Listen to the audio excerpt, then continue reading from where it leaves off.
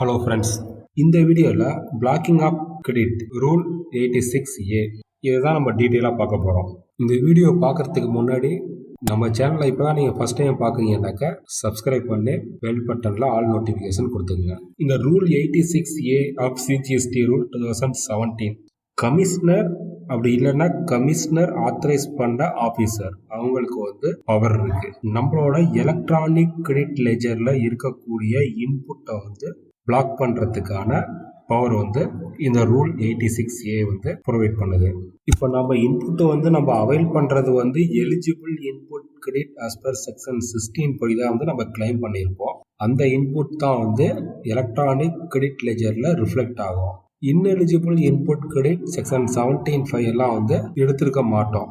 இப்போ இந்த eligible input credit electronic credit லெஜரில் ஒரு வேல்யூ ரிஃப்ளெக்ட் ஆகும். அந்த ரிஃப்ளெக்ட் ஆகிற வேல்யூவை நம்ம யூட்டிலைஸ் பண்ணுறதுக்கு முன்னாடி அந்த particular GST proper officer block பண்ணிடலாம்.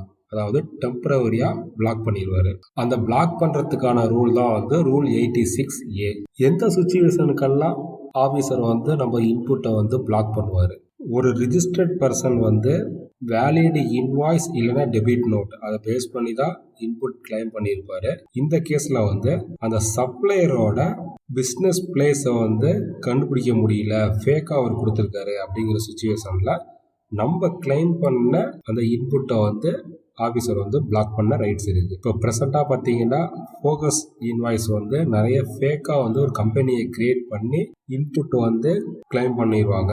அந்த ஃபேக் கம்பெனியை ஐடென்டிஃபை பண்ணி ஃபர்தராக அவங்க மேலே லீகல் ப்ரொசீடிங் ஒரு சைடு நடந்துட்டு இருந்தாலும் அவங்க கூட டீல் பண்ணவங்க மேலேயும் ஆக்ஷனை எடுப்பாங்க. அதாவது அவங்க எவ்வளவு பெனிஃபிட் அடைஞ்சாங்களோ அதுக்கு ஈக்குவல் அமௌண்ட் நம்ம எலக்ட்ரானிக் கிரெடிட் லெஜரில் இருந்துச்சுன்னா பிளாக் பண்ணிடுவாங்க. இது ஒரு பாயிண்ட்டு.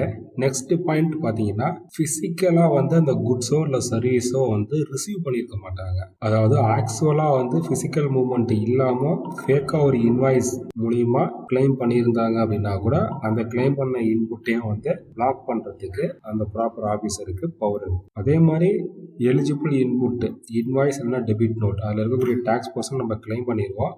பட் ஆப்போனன்ட் பர்சன் அந்த டேக்ஸை பெய்ட் பண்ணல அப்படிங்கிற சுச்சுவேஷன் இருந்தாலும் நம்மளோட இன்புட்டையும் பிளாக் பண்ணுறதுக்கு ரைட்ஸ் இருக்கு. அதே மாதிரி ரிஜிஸ்டர்ட் பர்சன் இன்புட் கிளைம் பண்ணியிருப்பாங்க. பட் அவங்களோட ரிஜிஸ்டர்ட் சர்டிஃபிகேட்டில் அந்த பிஸ்னஸ் பிளேஸோட டீட்டெயில் இல்லை, மிஸ் ஆகுது அப்படின்னா அப்பயுமே பிளாக் பண்ணுவாங்க. அதாவது அடிஷ்னல் பிஸ்னஸ் பிளேஸ் ப்ராப்பராக டிக்ளேர் பண்ணியிருக்கணும். அப்படி பண்ணல அப்படின்னா கூட அந்த யூனிட்டுக்கு எடுத்த இன்புட் இன்எலிஜிபிள். எக்ஸாம்பிள் பார்க்க போனால் ஏங்கிறது பிரின்சிபல் பிஸ்னஸ் பிளேஸு, பிங்கிறது அடிஷ்னல் பிஸ்னஸ் பிளேஸ் பிரான்ச்.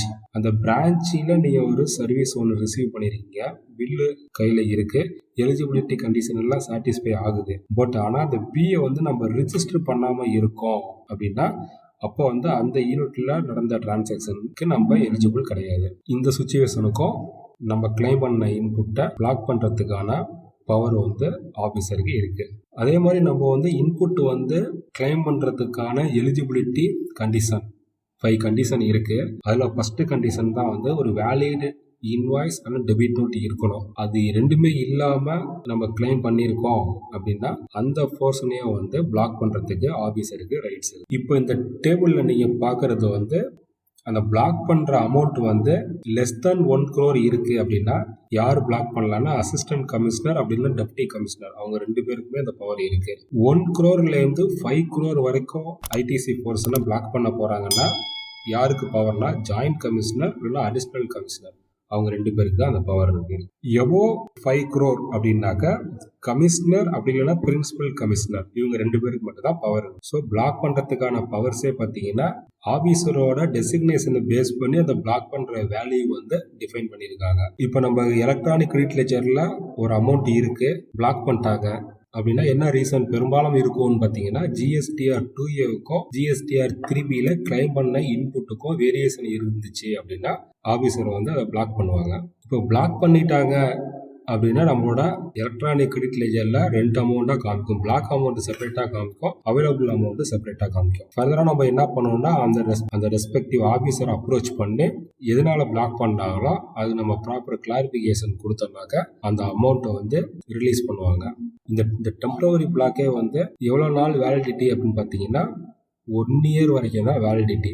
1 இயருக்கு மேலேயும் இந்த ரூல் 86A படி வந்து அமௌண்ட்டை வந்து பிளாக் பண்ணக்கூடாதுங்கிறது ரூல். இப்போ ரீசெண்டாக குஜராத் ஹைகோர்ட் வந்து இந்த ரூல் 86A பற்றி ஒரு கேஸில் கொடுத்துருக்காங்க. அந்த கேஸ் என்னன்னு பார்த்தீங்கன்னா SS industry versus Union of India. இவங்க 2 பேருக்கு நடந்த கேஸில் ஃபைனலாக அவங்க என்ன கமாண்ட் கொடுத்துருக்காங்கன்னாக்கா rule 86A of the CGST rule should not be used as a tool to harass the taxpayer. இந்த டாக்ஸ்பேயரை ஹராஸ் பண்ணுறதுக்கு இந்த ரூலை வந்து பயன்படுத்தக்கூடாது அப்படின்னு ஒரு கமாண்டும் கொடுத்துருக்காங்க.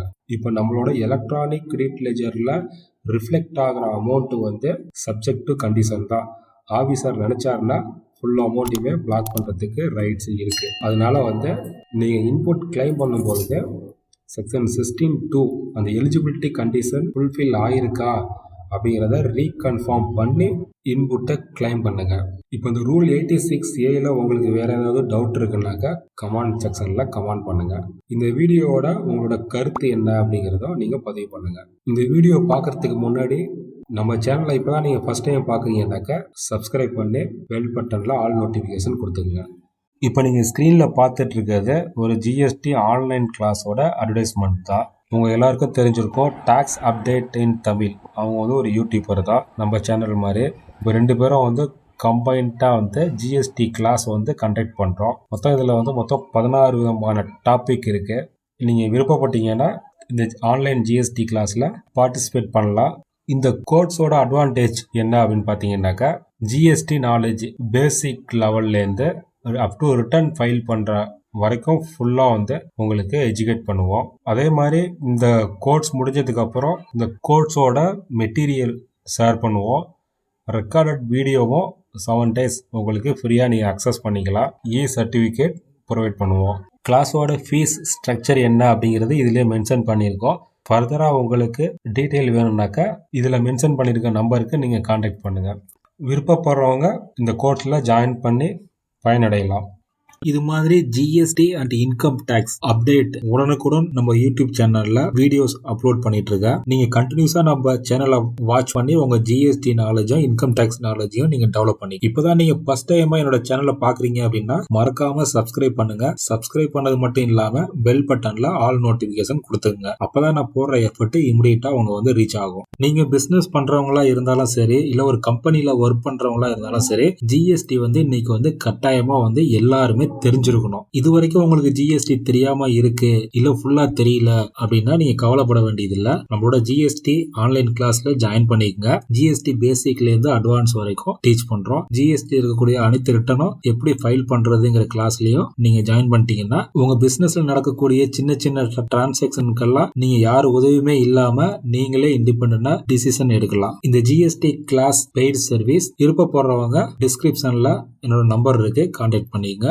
ஜிஎஸ்டி ரிட்டர்ன் ஃபைலிங் சர்வீஸ் தேவை அப்படின்னாலும் என்னை கான்டாக்ட் பண்ணலாம். டிஸ்கிரிப்ஷன்ல டெலிகிராம் வாட்ஸ்அப் குரூப் லிங்க் கொடுத்துருக்கேன். அதில் நீங்க ஜாயின் பண்ணிட்டீங்கன்னா ஜிஎஸ்டி ரிலேட்டட் அப்டேட் உடனுக்குடன் நீங்க தெரிஞ்சுக்கலாம். இதுவரையும் பொறுமையா இந்த வீடியோவை கடைசி வரைக்கும் பார்த்ததற்கு என்னோட மனமார்ந்த நன்றி. மீண்டும் பயனுள்ள அடுத்த வீடியோல சந்திக்கலாம். நன்றி, வணக்கம்.